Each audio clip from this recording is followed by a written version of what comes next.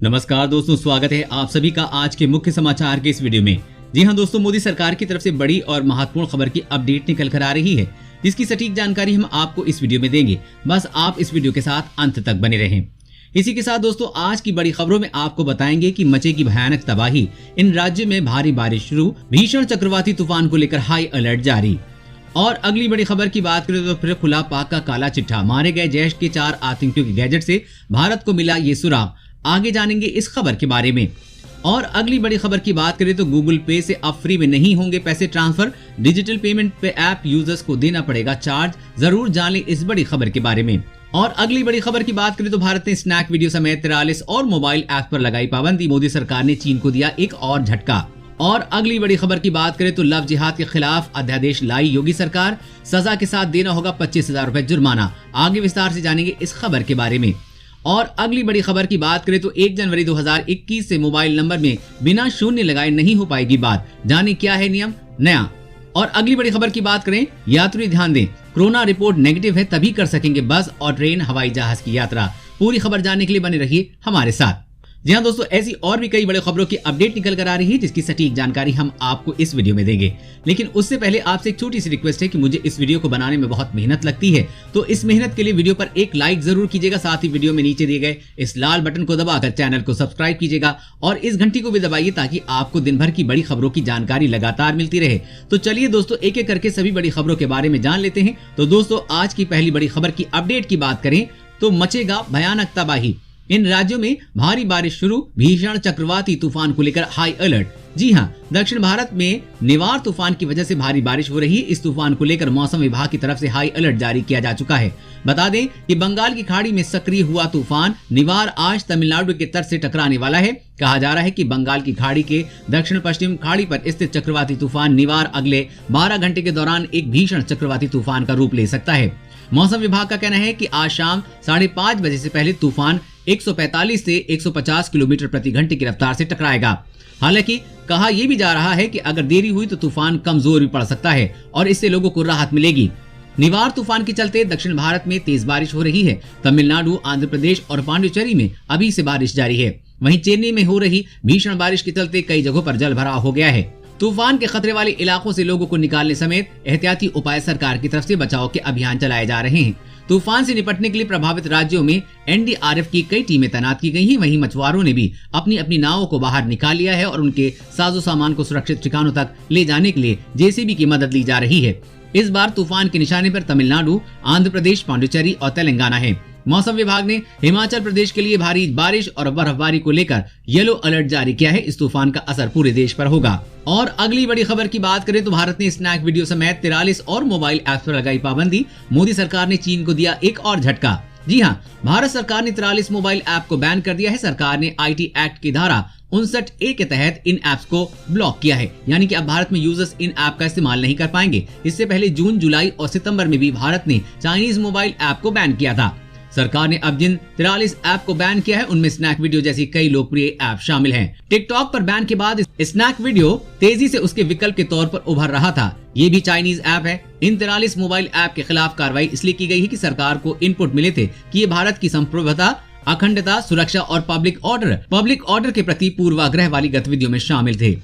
दोस्तों, मोदी सरकार के इस फैसले का आप समर्थन करते हैं या नहीं, नीचे कमेंट करके जरूर बताइएगा। और अगली बड़ी खबर की बात करें तो फिर खुला पाक का काला चिट्ठा, मारे गए जैश के 4 आतंकियों के गैजेट से भारत को मिला ये सुराग। जी हां, जम्मू कश्मीर में आतंकवाद को बढ़ावा देने पाकिस्तान का हाथ है, इस बात के सबूत मिलते ही रहते हैं। अब एक और ऐसी खबर आई है कि वन टोल प्लाजा पर 19 नवंबर को मारे गए जैश ए मोहम्मद के 4 आतंकियों ने जिन संचार साधनों का इस्तेमाल किया था उसमें बड़ा सबूत हाथ लगा है। इसी से ये भी सिद्ध हो रहा है कि 31 जनवरी 2020 को आतंकियों की भारत में घुसपैठ करने में भी पाकिस्तान का रोल था। ये जानकारी इस मामले के जानकार लोगों ने दी है। एक सुरक्षा ऑफिसर ने बताया कि नगरोटा में 19 नवंबर को हुए एनकाउंटर में ये पता चला कि जैश के इन 2 समूहों के बीच बहुत सी समानताएं हैं। इस बात की पुष्टि भी हुई है कि भारत में सांबा बॉर्डर के पास आतंकवादियों की घुसपैठ में पाकिस्तान की प्रत्यक्ष भूमिका है।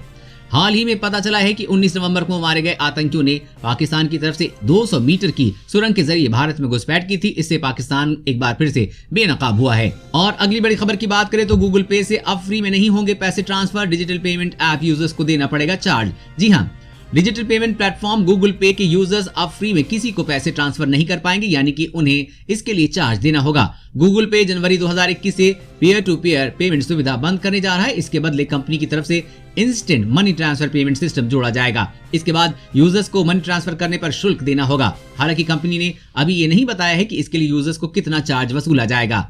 गूगल पे अभी मोबाइल या pay.google.com से पैसे भेजने और मंगाने की सुविधा देता है। हालांकि गूगल की तरफ से नोटिस जारी करके वेब ऐप को बंद करने का ऐलान किया गया है। ऐसे में यूजर्स साल 2021 की शुरुआत में pay.google.app के जरिए पैसे का ट्रांसफर नहीं कर पाएंगे। कंपनी ने कहा कि इसके लिए यूजर्स को गूगल पे का इस्तेमाल करना होगा। और अगली बड़ी खबर की बात करते हैं, सर्दियों में वे लद्दाख से पीछे हटने के लिए तैयार नहीं। चीन सेना के लिए भेजा हजारों टन सामान। जी हां, भारत के साथ जारी शांति वार्ता के बीच चीन ने पूर्वी लद्दाख में भीषण ठंड के मद्देनजर अपने सैनिकों के लिए सैकड़ों ट्रकों में लादकर हजारों टन आवश्यक सामग्री की आपूर्ति की है। चीन ने आने वाले महीनों में इस इलाके में जमा देने वाली ठंड में ठीक पहले ये आपूर्ति की है। चीन के सरकारी टीवी चैनल ने बताया कि सैकड़ों की संख्या में विशाल ट्रक दिन रात सफर करके पूर्वी लद्दाख पहुंचे हैं। माना जा रहा है कि चीन ने पूरे ठंड भर इस इलाके में बने रहने की तैयारी की है।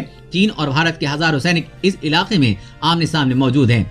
चीन बातचीत की आड़ में एक बार फिर से भारत के साथ बड़े धोखे की तैयारी कर रहा है। चीन की सेना अपने कब्जे वाले अक्साई चीन इलाके में पिछले 30 दिनों से बड़े पैमाने पर सैनिकों को तैनात किया है और बहुत तेजी के साथ सड़कों का निर्माण कर रही है। यही नहीं, चीन ने पैंगोंग झील के फिंगर 6 और 8 को जोड़ने वाली रोड को भी चौड़ा किया है ताकि किसी युद्ध कार्रवाई की सूरत में बहुत तेजी से चीनी सेना को भारतीय मोर्चे के पास तक पहुंचाया जा सके।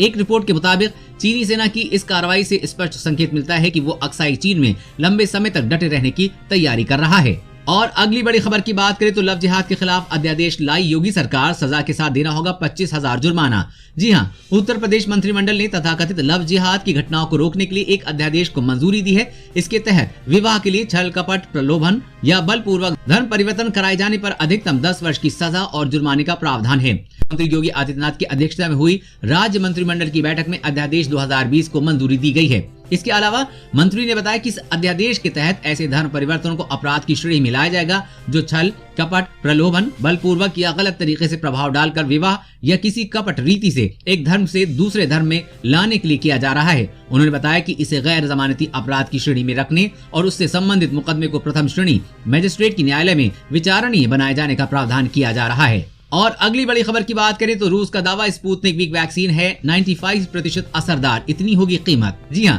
रूस ने आज कोविड-19 वैक्सीन स्पुतनिक वी के डायग्नोस्टिक डेटा के दूसरे अंतिम विश्लेषण के रिजल्ट की अनाउंसमेंट की है, जो पहली खुराक के 42 दिन बाद 95% असरदार दिखा है। खबर के मुताबिक रूस के RDIF प्रमुख ने कहा कि 39 पुष्ट मामलों और 18,794 रोगियों पर आधारित नए क्लिनिकल ट्रायल डेटा से पता चला है कि दोनों शॉट 28वें दिन स्पुतनिक वी 91.4% प्रभावी थी और 42वें दिन 95% प्रभावी थी।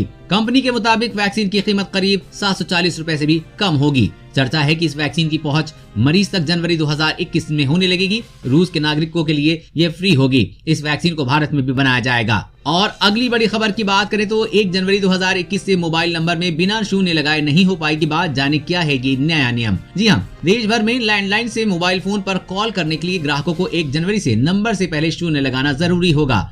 दूरसंचार विभाग ने इससे जुड़े ट्राई के प्रस्ताव को मंजूरी कर लिया है। भारतीय दूरसंचार विनियामक प्राधिकरण ने इस तरह के कॉल के लिए मई 2020 को नंबर से पहले शून्य लगाने की सिफारिश की थी। इससे दूरसंचार सेवा प्रदाता कंपनियों को अधिक नंबर बनाने की सुविधा मिलेगी। दूरसंचार विभाग द्वारा जारी एक परिपत्र में कहा गया है कि लैंडलाइन से मोबाइल पर नंबर डायल करने के तरीके में बदलाव की ट्राई की सिफारिश को मान लिया गया है। इससे मोबाइल और लैंडलाइन सुविधाओं के लिए पर्याप्त मात्रा में नंबर बनाने की सुविधा मिलेगी। 1 जनवरी 2021 में इस नियम को लागू करने के बाद लैंडलाइन से मोबाइल पर कॉल करने के लिए नंबर से पहले शून्य डायल करना होगा। और अगली बड़ी खबर की बात करें तो 3 दिनों में 2000 रुपए तक सस्ता हुआ सोना। आगे और आ सकती है कीमतों में गिरावट। सोने और चांदी की कीमतों में एक बार फिर से गिरावट दर्ज की गई है। पिछले 2 दिनों में भारत में सोने और चांदी की कीमतों में भारी गिरावट आई है। आज लगातार तीसरे कारोबारी सत्र में सोने और चांदी की कीमतों में कमी दर्ज की गई है। आज सोना 900 रुपए गिरकर 48,485 रुपए प्रति 10 ग्राम, जबकि चांदी 1,600 रुपए गिरकर 59,460 रुपए प्रति किलोग्राम पर आ गई है। बता दें कि बीते 2 दिनों में सोने का भाव 1,200 रुपए कम हुआ है, जबकि चांदी की कीमत 2,178 रुपए लुढ़की है। ऐसा कोरोना वायरस वैक्सीन पर आ रही अच्छी खबरों के चलते हो रहा है। इसी वजह से वैश्विक बाजार में सोने की दर 4 महीने से सबसे निचले स्तर पर गिर कर गई है। साथ ही विशेषज्ञों को मानना है कि आने वाले दिनों में सोने चांदी की कीमतों में और भी गिरावट आएगी। और अगली बड़ी खबर की बात करें तो यात्री ध्यान दें, कोरोना रिपोर्ट नेगेटिव है तभी कर सकेंगे महाराष्ट्र की यात्रा। जी हां, महाराष्ट्र सरकार ने राजस्थान सहित 4 राज्यों में महाराष्ट्र आने वाले यात्रियों के लिए कोविड-19 की नेगेटिव रिपोर्ट होने पर ही प्रवेश देने की अनिवार्यता लागू कर दी है। यह अनिवार्यता आज से लागू होगी। जयपुर एयरपोर्ट से महाराष्ट्र की मुंबई और पुणे के लिए 7 फ्लाइट और रोजाना 2 ट्रेनें संचालित हो रही हैं। यात्रियों को अपने साथ कोविड-19 की नेगेटिव रिपोर्ट रखनी होगी। रिपोर्ट 72 घंटे से अधिक पुरानी नहीं होनी चाहिए। जयपुर एयरपोर्ट प्रशासन कल से मुंबई और पुणे की फ्लाइट से जाने वाले यात्रियों की कोविड-19 की रिपोर्ट जांचेगा। एयरलाइंस के कर्मचारियों ने आज से यात्रियों को कोविड-19 टेस्ट कराने के लिए मैसेज भेजना शुरू कर दिया है। यात्रियों को यह मैसेज भेजा जा रहा है कि वो एयरपोर्ट पहुंचने से पहले अपने साथ कोविड-19 की नेगेटिव रिपोर्ट साथ लेकर आएं। हालांकि जो यात्री बिना टेस्ट करवाए एयरपोर्ट पहुंचेंगे उन्हें मुंबई एयरपोर्ट पर जांच करानी होगी। मुंबई एयरपोर्ट पर जांच रिपोर्ट नेगेटिव होने पर ही एयरपोर्ट से बाहर निकलने दिया जाएगा। इसी तरह रेलवे प्रशासन द्वारा भी यात्रियों को कोविड-19 टेस्ट कराने के लिए मैसेज भेजा जा रहा है। और अगली बड़ी खबर की बात करें तो ब्रह्मोस मिसाइल के लैंड अटैक वर्जन का सफल परीक्षण। ध्वनि की गति से 3 गुना है मारक क्षमता। जी हां, भारत ने सतह से सतह तक मार करने वाली सुपरसोनिक क्रूज मिसाइल ब्रह्मोस का सफल परीक्षण किया है। आधिकारिक सूत्रों ने ये जानकारी दी है। ये परीक्षण हथियार के नियोजित परीक्षणों की श्रृंखला के हिस्से के तहत किया गया है। उन्होंने कहा कि मिसाइल की सतह पर मार करने से सक्षम इस नए संस्करण की मारक क्षमता को कुल 290 किलोमीटर से बढ़ाकर 400 किलोमीटर तक किया गया है, लेकिन इसकी गति 2.8 मैक या ध्वनि की गति से लगभग 3 गुनी कायम रखी हुई है। एक आधिकारिक सूत्रों ने बताया है कि मिसाइल के लैंड अटैक यानी कि सतह से सतह पे मार करने वाले संस्करण का परीक्षण सुबह करीब 10 बजे अंडमान निकोबार द्वीप समूह में किया गया तथा ये एक सफल परीक्षण था। आधिकारिक सूत्रों के अनुसार अगले कुछ दिनों में भारतीय वायुसेना और भारतीय नौसेना द्वारा सुपरसोनिक क्रूज मिसाइल के अलग अलग संस्करण का परीक्षण किया जाना है। भारत ने पिछले 2.5 महीनों में रुद्रम 1 नामक विकिरण रोधी मिसाइल सहित कई मिसाइलों का परीक्षण किया है। रुद्रम को 2022 तक सेना में शामिल किए जाने की योजना है। दोस्तों, आज की खबरों में बस इतना ही। इसी तरह हर रोज काम की खबरें जानने के लिए आप हमेशा हमारे साथ जुड़े रहें। हमारे साथ जुड़ने के लिए वीडियो के नीचे दिए गए इस लाल बटन को दबाइए और साथ ही इस घंटी को भी दबाइए ताकि आपको हर खबर की सटीक जानकारी मिल सके। जय हिंद।